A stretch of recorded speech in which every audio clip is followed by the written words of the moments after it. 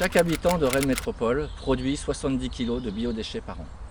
Plutôt que d'incinérer ces biodéchets humides, pourquoi ne pas les valoriser chez soi par le compostage?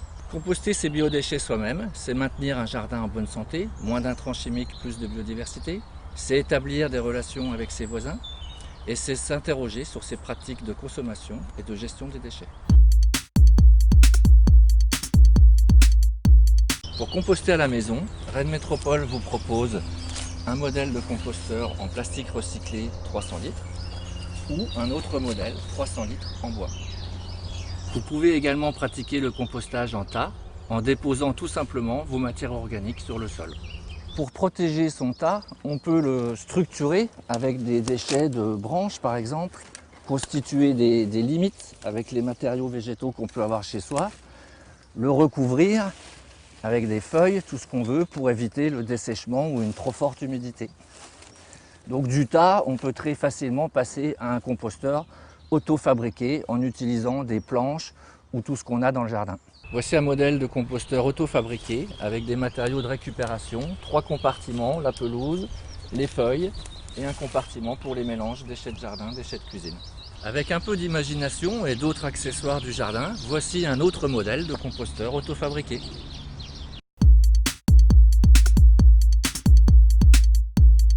Pour que vos déchets organiques se transforment en compost, il vous faut d'une part des déchets de la cuisine, toutes vos épluchures de fruits et légumes, et d'autre part des déchets du jardin, les feuilles mortes et les petits branchages. L'équilibre de ces apports vous assure un bon équilibre entre les matières sèches et carbonées issues du jardin et les matières humides et azotées issues de la cuisine.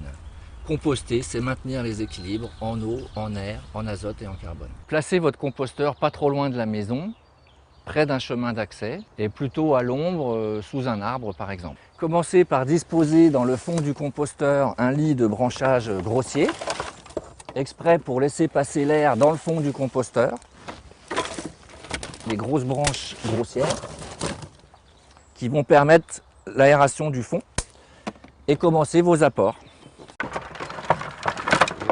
Complété par des feuilles et des petits branchages du jardin, on pourra ensemencer le composteur avec du compost déjà à moitié constitué et bien mélanger le tout. Chaque apport doit être mélangé, déchets de cuisine, déchets du jardin et notre compost pour démarrer. Le compostage individuel, c'est où on veut, quand on veut et comme on veut. En collectif, c'est un peu différent. Tout d'abord, l'emplacement va être choisi tous ensemble afin de ne gêner personne. Ensuite, les consignes d'apport seront plus strictes. On évitera les restes de repas, notamment viande et poissons. On évitera les litières de chats. On invitera également les foyers volontaires à apporter des petits papiers, cartons et fleurs fanées afin d'apporter des matières sèches pour compenser le manque éventuel de matières brunes. Pour assurer une bonne décomposition des matières, ceux-ci doivent être mélangés en permanence. On pourra les griffer avec une petite griffe qui permet d'incorporer les nouveaux apports avec les anciens. On pourra, lorsque le composteur sera plus rempli, utiliser un brasse-compost qui permettra de descendre un peu plus en profondeur et de ressoulever le fond du composteur pour apporter de l'air dans le fond du composteur.